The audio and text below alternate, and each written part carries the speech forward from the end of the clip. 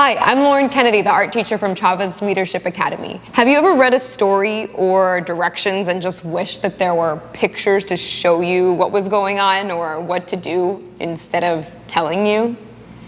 Photos are really powerful that way. They can help tell stories and share knowledge more clearly than words alone. Today I'm going to teach you how to tell stories through a series of photographs. And I'm also super excited because along the way, you're also going to learn how to make jackfruit tamales with local chef Parra Cano. So, can't wait. Get ready. Let's get started. All you need for this lesson is some kind of camera and a story to tell. To warm up for this lesson, I'm going to show you a picture and you're going to tell a story about it. You could tell the story through writing or you could tell the story to someone who's nearby. It's your choice. There's not just one right answer, there are lots of right answers when it comes to storytelling, so use your imagination if you'd like. You could make it fiction, it could be nonfiction. Ready? Go.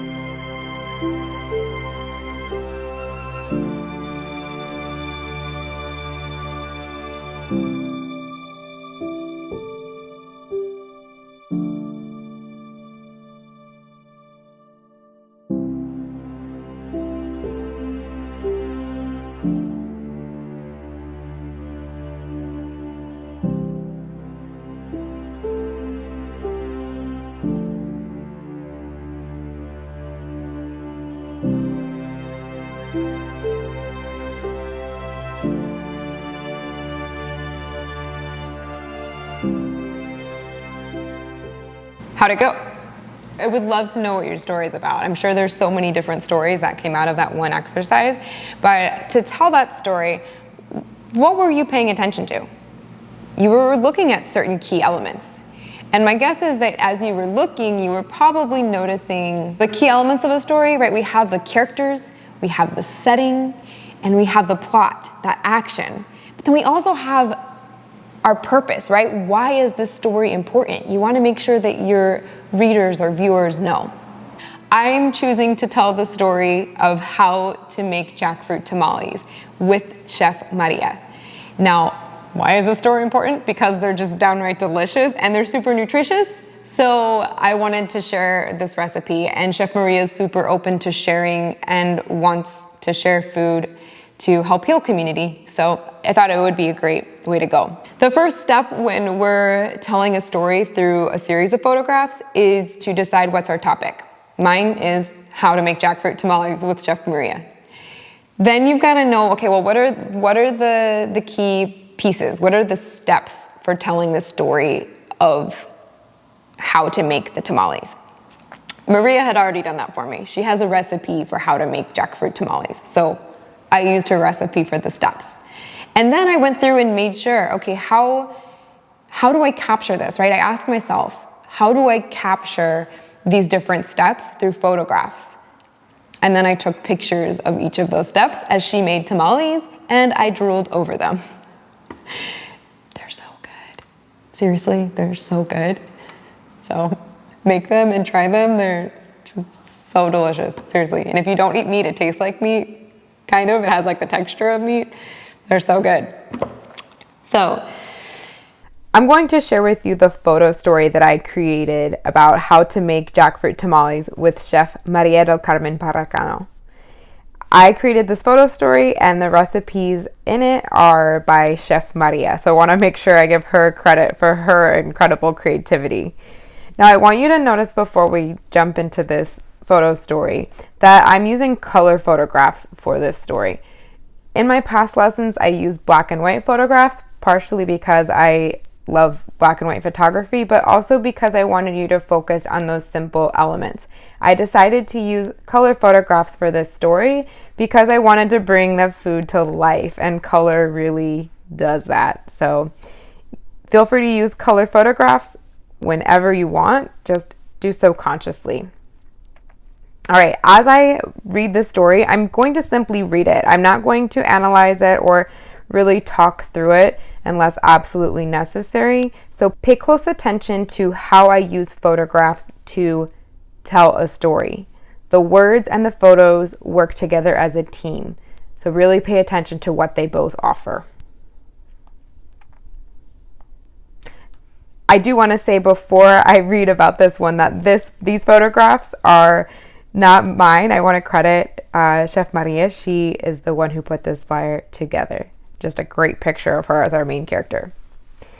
Maria del Carmen Parra Cano is a mom, wife, chef, and entrepreneur or businesswoman who serves the Phoenix community by cooking and sharing plant-based ancestral Mexican foods.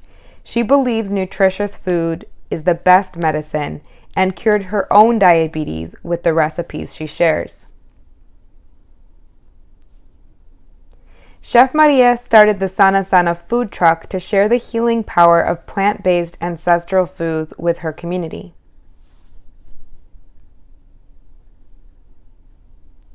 Chef Maria and her family set up the Sana Sana food truck every Saturday at the Spaces of Opportunity Farmers Market in South Phoenix. Spaces of Opportunity is a 10-acre community farm and garden transforming a food desert into a food oasis. Through Sana Sana, Chef Maria also teaches community members how to make delicious, nutritious meals with fresh produce from the farm.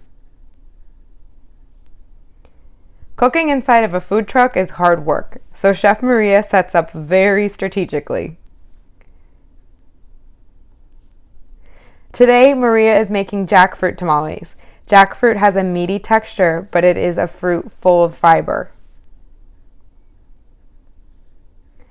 The first step for making any tamales is to prepare your filling.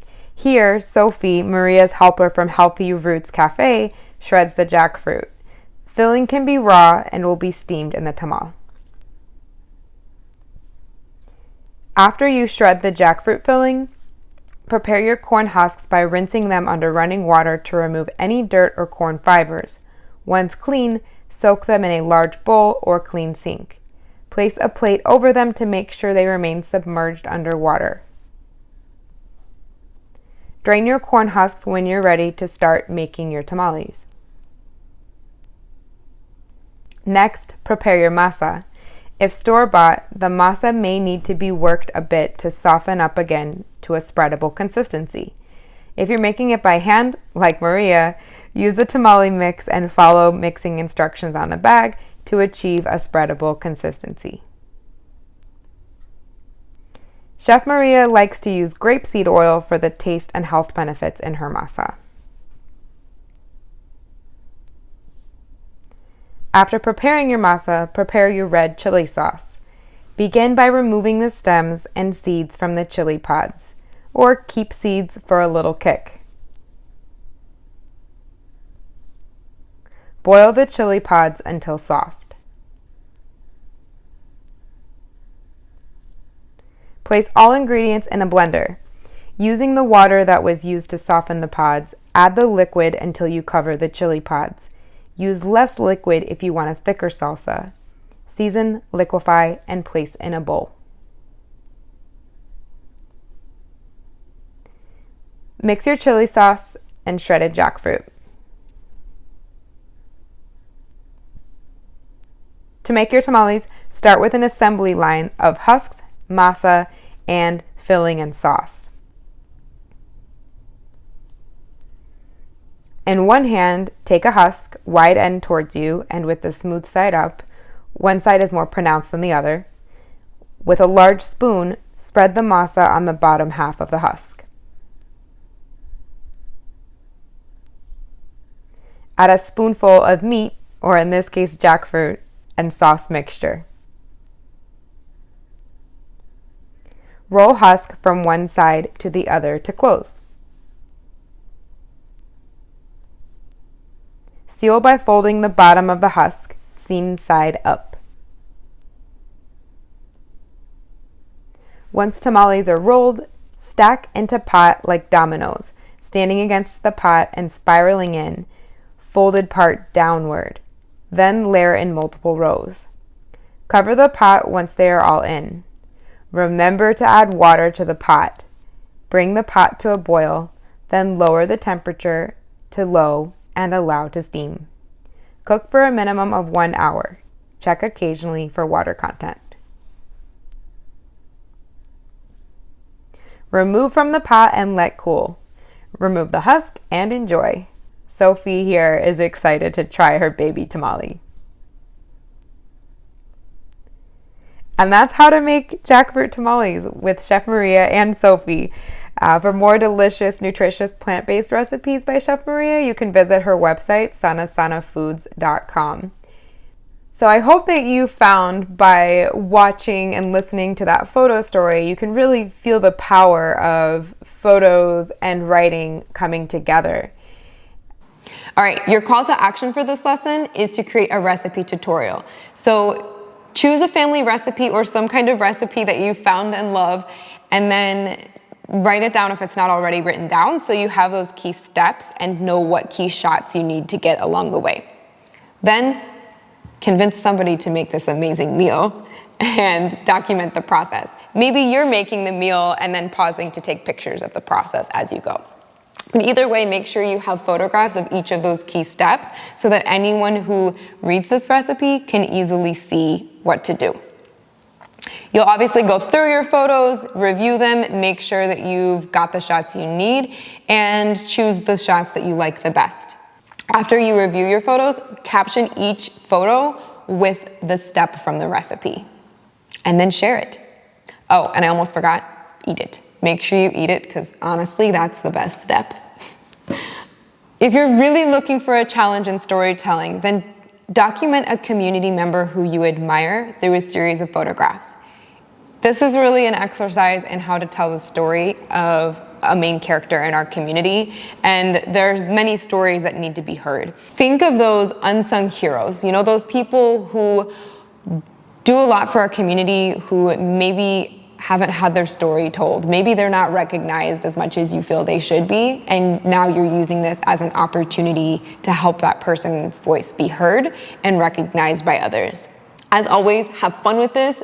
Whatever you are documenting, it should be something you're curious about, something you're passionate about, and make sure you share it. This is such an opportunity to share a story. Don't just document it and then, you know, oh yeah, I did the project. No, please share your stories. As always, the most important thing is that you have fun with it. You're going to learn if you're having fun. Seriously. Thank you.